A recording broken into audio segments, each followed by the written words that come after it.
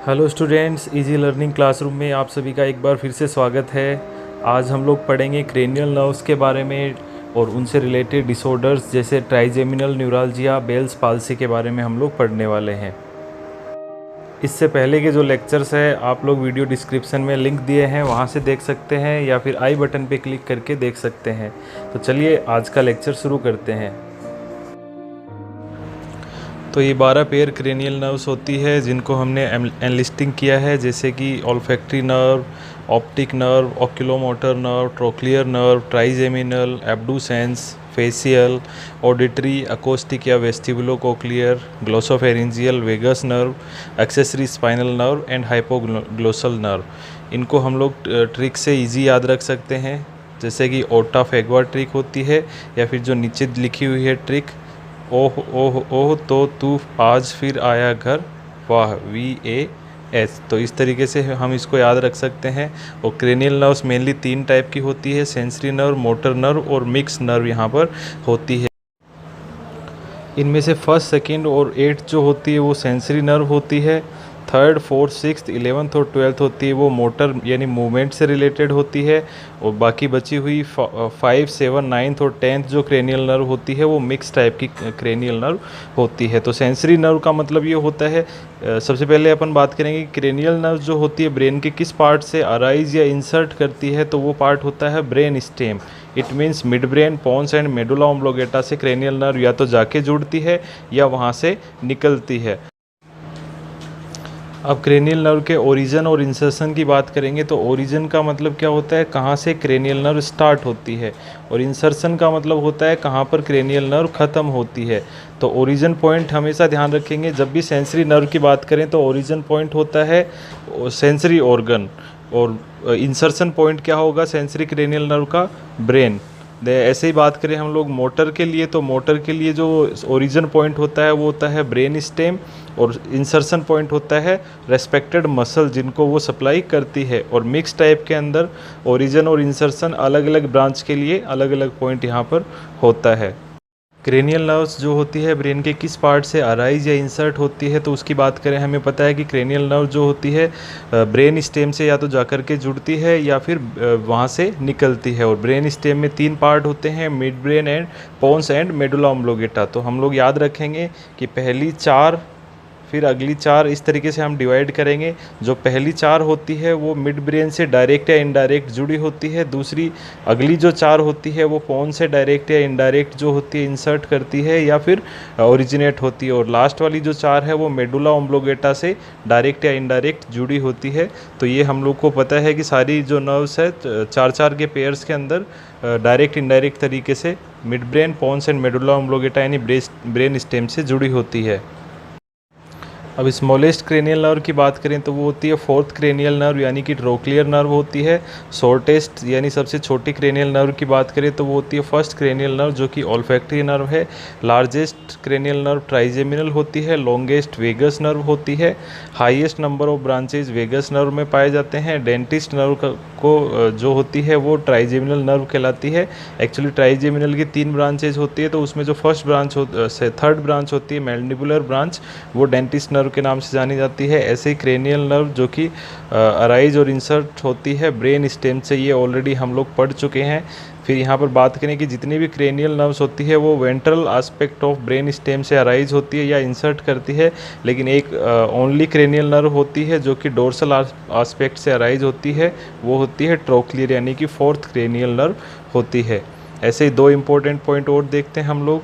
तो most common cranial nerve that is affected by diabetic neuropathy. तो diabetic neuropathy से कौन कौन सी क्रेनियल नर्व मोस्टली अफेक्टेड होती है, तो इसमें जो 3rd है, 4th है और 6th है, ये तीनों ही आई बॉल की मसल को सप्लाई करती है।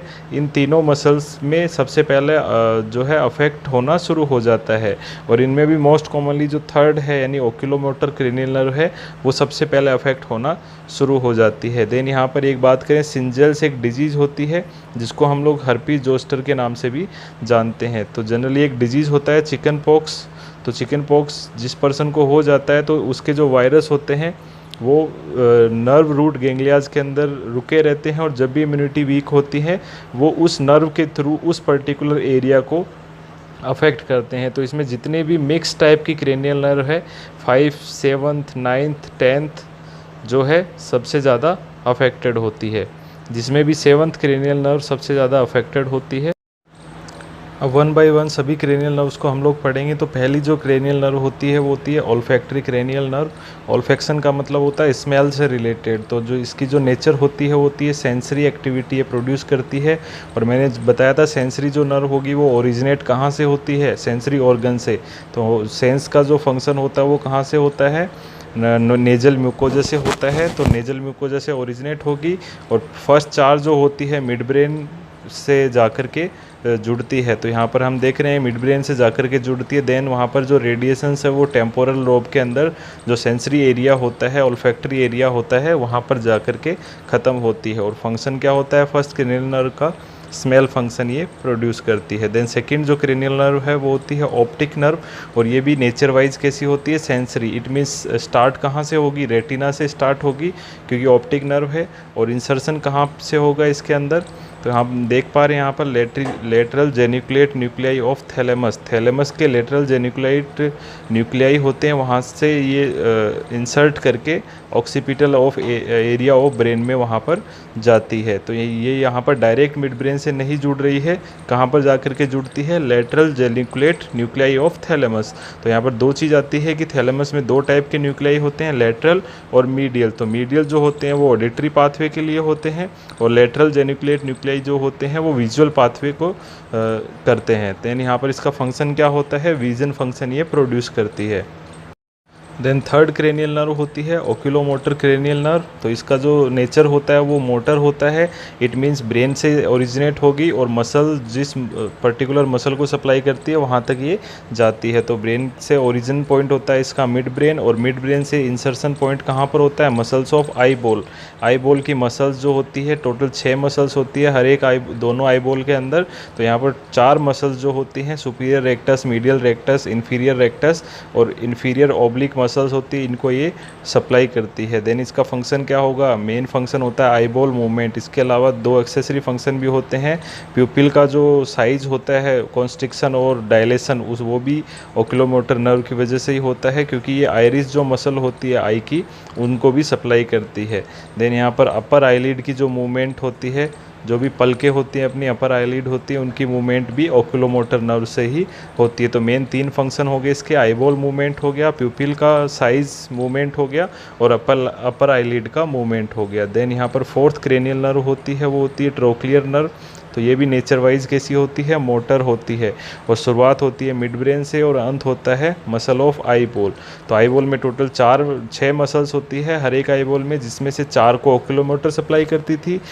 फिर एक जो मसल होती है सुपीरियर ओब्लिक मसल, इसको ट्रोक्लियर नर्व यानी फोर्थ क्रेनियल नर्व सप्लाई करती है। तो इसका फंक्शन क्या होगा, आई बोल का मूवमेंट यहाँ पर।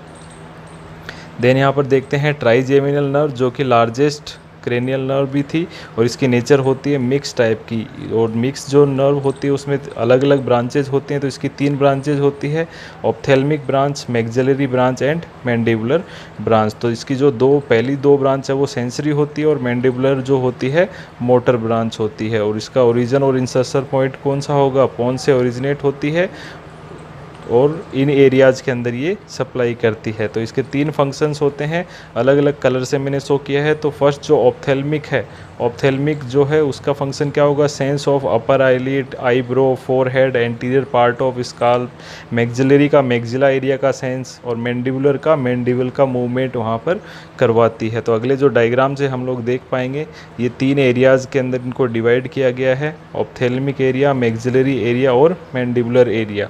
तो इन पर्टिकुलर एरियाज़ के अंदर ही ये क्रेनियल नर्व सप्लाई करती है। तो ट्राइजेमिनल नर्व 3 ब्रांच हो गई, ऑप्थेल्मिक, मैक्सिलरी और मैंडिबुलर। तो ऑप्थेल्मिक जो है अराउंड द आइज़ जो है सप्लाई करती है, अराउंड द आइज़। मैक्सिलरी जो है मैक्सिलरी एरिया के अंदर, और मैंडिबुलर जो है मैंडिबल का मूवमेंट वहाँ पर करवाती है।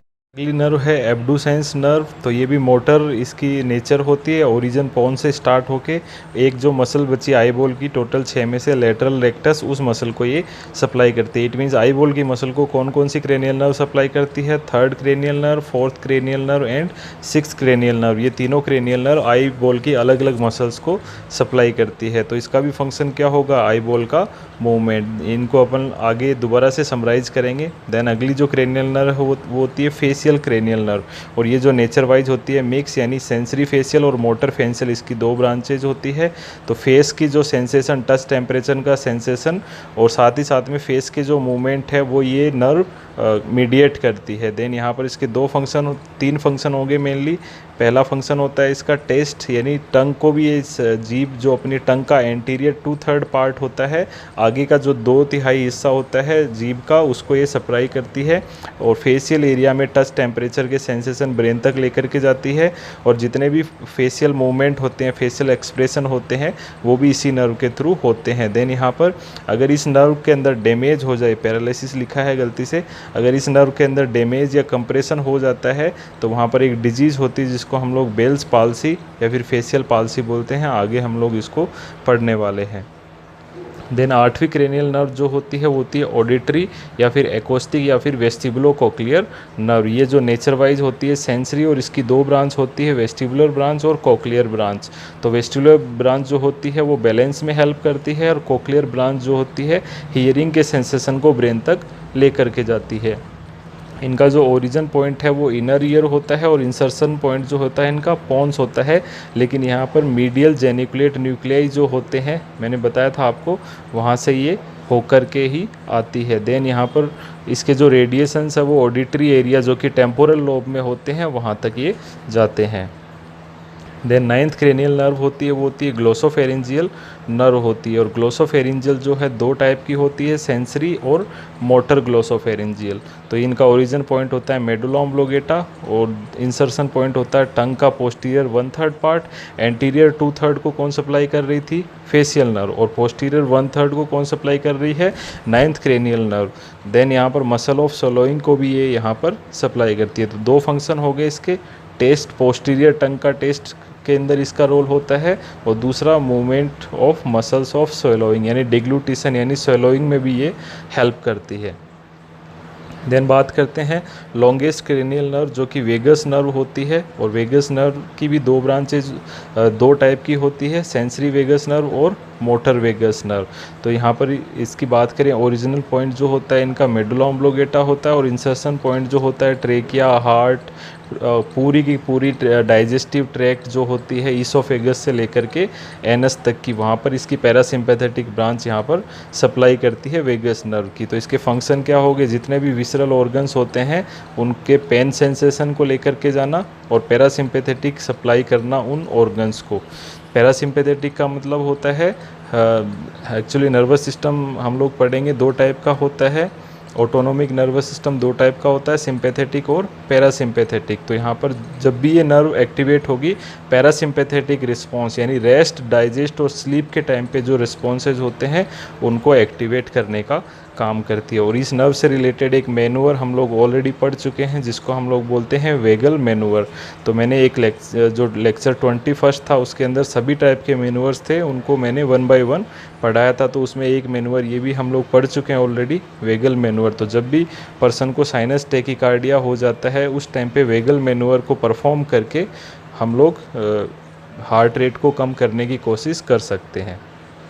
है एक्सेसरी स्पाइनल नर्व, ये भी नेचर वाइज मोटर होती है और मेडुला ऑब्लोंगेटा से ओरिजिनेट होके एक्सेसरी मसल ऑफ रेस्पिरेशन जो कि नेक में पाई जाती है, sternocleidomastoid muscle, scalene muscle, trapezius muscle, इनमें जा कर के इंसर्ट होती है और इनका फंक्शन होता है नेक मूवमेंट में ये हेल्प करती है। ऐसे ही जो 12th क्रेनियल नर्व है वो होती है hypoglossal cranial nerve. Hypo means होता है नीचे, ग्लोसल मतलब टंग के नीचे, यानी टंग के मूवमेंट से रिलेटेड ये होती है। टंग के टेस्ट से रिलेटेड दो क्रेनियल नर्व ऑलरेडी पढ़ चुके हैं, तो मूवमेंट से रिलेटेड होगी तो ये नेचर वाइज कैसी होगी? मोटर। मेडुला ऑब्लोंगेटा से ओरिजिनेट होकर के मसल ऑफ टंग तक ये इंसर्ट करती है और फंक्शन क्या होगा?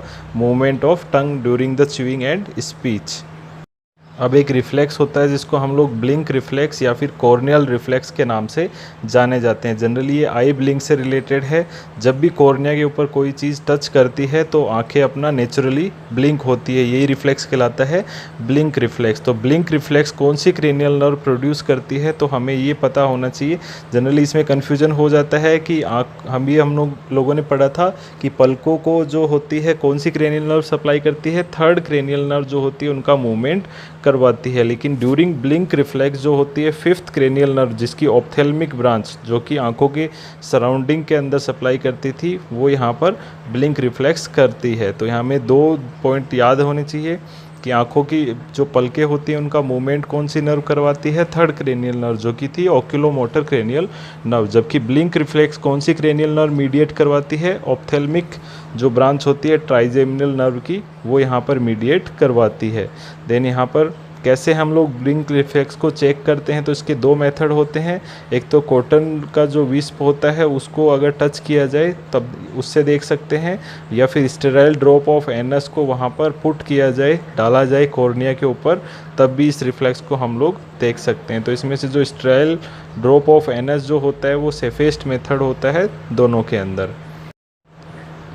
तो अब हम लोग पढ़ेंगे कि कौन कौन सी क्रेनियल नर्व जो होती है आईबॉल की मसल्स को सप्लाई करती हैं। तो ऑलरेडी हम लोग पढ़ चुके हैं, फोर्थ, सिक्स्थ और थर्ड जो क्रेनियल नर्व होती है वो आईबॉल की मसल को सप्लाई करती है। तो सबसे पहले हम लोग मसल्स देखते हैं कि आईबॉल की कौन कौन सी मसल्स होती हैं। तो आईबॉल को टोटल 6 मसल सप्लाई करती है। तो यहाँ पर दोनों आईबॉल मैंने रिप्रेजेंट किए हैं। तो यहाँ पर 4 रेक्टस मसल होती हैं और 2 ऑब्लिक मसल होती है। तो रेक्टस का मतलब सीधी मसल्स होती है, तो ये हम लोग देख पा रहे हैं, superior rectus, inferior rectus, medial middle side में इसलिए मीडियल रेक्टस, और लेटरल साइड में है इसलिए लेटरल रेक्टस। तो ये 4 मसल्स होती है जो top, inferior side, medial side और लेटरल साइड से जुड़ करके इसके बैक साइड के अंदर जा कर के ऑर्बिट से जा कर के जुड़ती है। ऐसे यहाँ पर सुपीरियर ऑब्लिक मसल्स होती है ऊपर की तरफ, जो कि ऐसे क्रॉस जा कर के बैक साइड से जुड़ती है, और ऐसे इन्फीरियर ऑब्लिक जो मसल्स होती है वो भी क्रॉस जा कर के अपर साइड से जा कर के जुड़ती है। तो ये इस तरीके से 4 क्रेनियल नर्व होती है।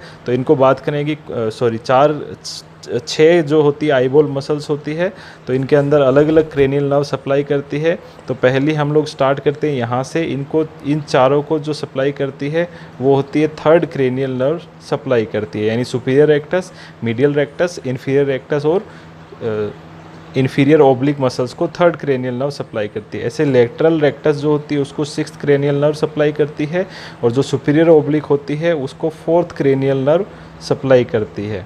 तो इस तरीके से हम लोग इन चीज़ों को याद रख सकते हैं। तो हमें याद रखना है 2 ट्रिक से, LR6 और SO4। SO4 का मतलब सुपीरियर ऑब्लिक को जो है 4th क्रेनियल नर्व सप्लाई करती है, और LR6 का मतलब होता है लेटरल रेक्टस को 6th क्रेनियल नर्व सप्लाई करती है। बाकी जितनी भी बची हुई मसल्स होती है उनको कौन सी क्रेनियल नर्व सप्लाई करेगी, थर्ड क्रेनियल नर्व सप्लाई करती है। अब बात करते हैं इनकी मूवमेंट की। तो जो सुपीरियर रेक्टस मसल होती है वो अपवर्ड मूवमेंट करवाती है, ऐसे ही ये डाउनवर्ड मूवमेंट। मीडियल रेक्टस जो होती है इनवर्ड मूवमेंट यानी मीडियल मूवमेंट, और आउटवर्ड मूवमेंट करवाती है लेटरल रेक्टस। और क्लॉकवाइज मूवमेंट जो करवाती है वो सुपीरियर ऑब्लिक, और एंटी क्लॉकवाइज जो मूवमेंट करवाती है वो होती है इन्फीरियर ऑब्लिक मसल। तो पहली डिजीज़ हम लोग पढ़ेंगे क्रेनियल नर्व से रिलेटेड, जो कि रिलेटेड है ट्राइजेमिनल नर्व से रिलेटेड, यानी 5th क्रेनियल नर्व से रिलेटेड। तो इस डिजीज़ का एक और नाम भी होता है, इसको हम लोग टिक डॉलरेक्स प्रोसोप्लेजिया या फोदरजिल डिजीज़ के नाम से भी जाना जाता है। इस डिजीज़ का मतलब क्या है, 5th क्रेनियल नर्व के अंदर न्यूरेल्जिया का मतलब होता है पेन इन द नर्व यहाँ पर। तो यहाँ पर 5th क्रेनियल नर्व कंप्रेस होने की वजह से जो शार्प शूटिंग पेन होता है उसको हम लोग ट्राइजेमिनल न्यूरालजिया कहते हैं, और ये जनरली कुछ सेकंड से लेकर के 2 मिनट तक ये एक एपिसोड जो होता है इस पेन का हो सकता है।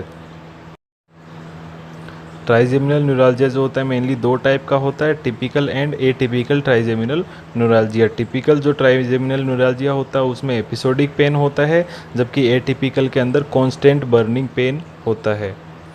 देन यहाँ पर बात करते हैं हम कोजेज की। तो कोजेज मेन कोज क्या होता है, ट्राइजेमिनल नर्व कंप्रेस हो जाना।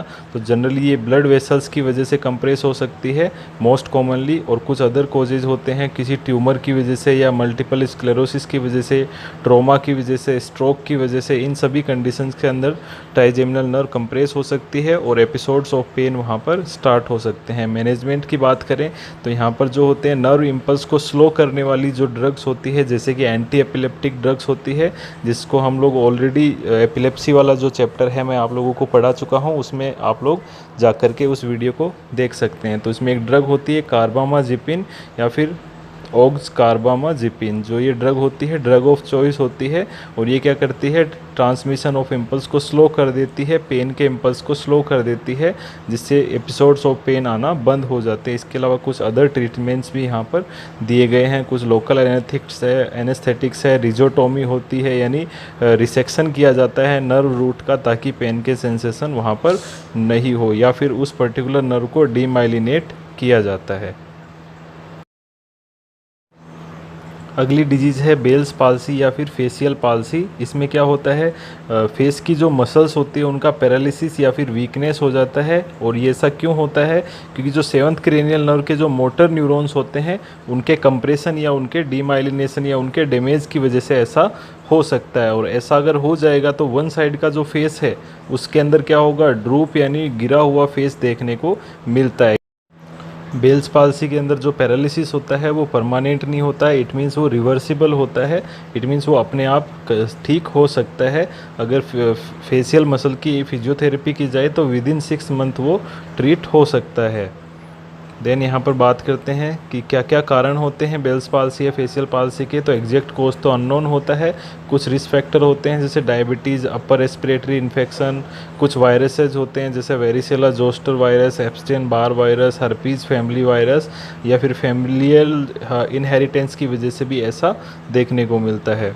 देन यहाँ पर बात करें सिम्टम्स की तो ऑलरेडी पढ़ चुके हैं, फ्लैसिड मसल्स हो जाते हैं, ड्रूलिंग, ड्राई आइज़ यहाँ पर देखने को मिलती है, और ड्रूपिंग ऑन अफेक्टेड साइड। जिस साइड की फेशियल मसल्स अफेक्टेड होगी, फेशियल नर्व अफेक्टेड होगी, उस साइड के अंदर ड्रूपिंग देखने को मिलती है। और टेस्ट की एबिलिटी भी लॉस्ट हो जाती है, क्योंकि हमें पता है फेशियल नर्व ही टेस्ट एंटीरियर टंग के 2/3 पार्ट को सप्लाई करती है। देन क्या ट्रीटमेंट होता है, तो फेशियल एक्सरसाइज इसका ट्रीटमेंट होता है। जनरली इसमें इम्प्रूवमेंट 14 डेज से स्टार्ट हो जाता है, 2 वीक से, और 6 से 15 वीक के अंदर ये जनरली ट्रीट हो सकती है। तो यहाँ पर एक क्वेश्चन आता है कि क्या नर्सिंग प्रायोरिटी होती है, तो हमें पता है ड्रूलिंग और ड्राई आइज़ करती है, तो mouth care and I care यहाँ पर प्रायोरिटी केयर होते हैं। और अगर इनसे फिजियोथेरेपी से ट्रीट नहीं होती है तो सम टाइम कुछ पेशेंट्स में कॉर्टिकोस्टेरॉइड थेरेपी जो होती है, प्रिडनिसोन वगैरह या मिथाइल प्रिडनिसोन वगैरह स्टार्ट की जा सकती है। तो आज के लेक्चर के अंदर हम लोगों ने क्रेनियल नर्व्स और उनसे रिलेटेड डिसऑर्डर्स के बारे में पढ़ा है। तो यहाँ पर मैं 2 क्वेश्चंस दे रहा हूँ, तो उनके आंसर आप लोग कमेंट बॉक्स के अंदर देने की कोशिश ज़रूर करें।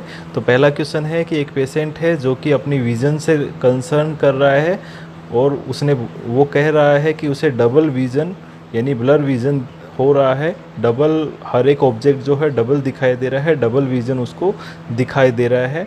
और आपने एज ए नर्स इवेलुएट किया कि उसको लेटरल रेक्टस मसल्स के अंदर पाल्सी हो चुका है, तो आपको बताना है कि कौन सी क्रेनियल नर्व डैमेज हुई है। तो आप क्रेनियल नर्व को रिव्यू करें और इस क्वेश्चन का आंसर कमेंट बॉक्स के अंदर ज़रूर दें। दूसरा जो क्वेश्चन है वो है कि एक 45 ईयर ओल्ड मैन जो है एक्सप्रेस कर रहा है कि that he can not test anything on his anterior portion of tongue. अपनी टंग के एंटीरियर पोर्शन से वो किसी भी चीज़ को टेस्ट नहीं कर पा रहा है। तो आप लोग को बताना है कि कौन सी क्रेनियल नर्व टंग के इस पार्ट को सप्लाई करती है, या फिर कौन सी क्रेनियल नर्व उस पर्सन की डैमेज हो चुकी है। तो इन दोनों क्वेश्चन का आंसर देने की आप लोग कोशिश ज़रूर करें कमेंट बॉक्स के अंदर। कोई भी डाउट हो तो कमेंट बॉक्स के अंदर जाकर के आप लोग पूछ सकते हैं, और चैनल को सब्सक्राइब ज़रूर करें, वीडियो को लाइक और शेयर करें, और बेल आइकन पे क्लिक करें ताकि रेगुलर वीडियो अपडेट्स आप तक पहुंच सकें। Thank you very much.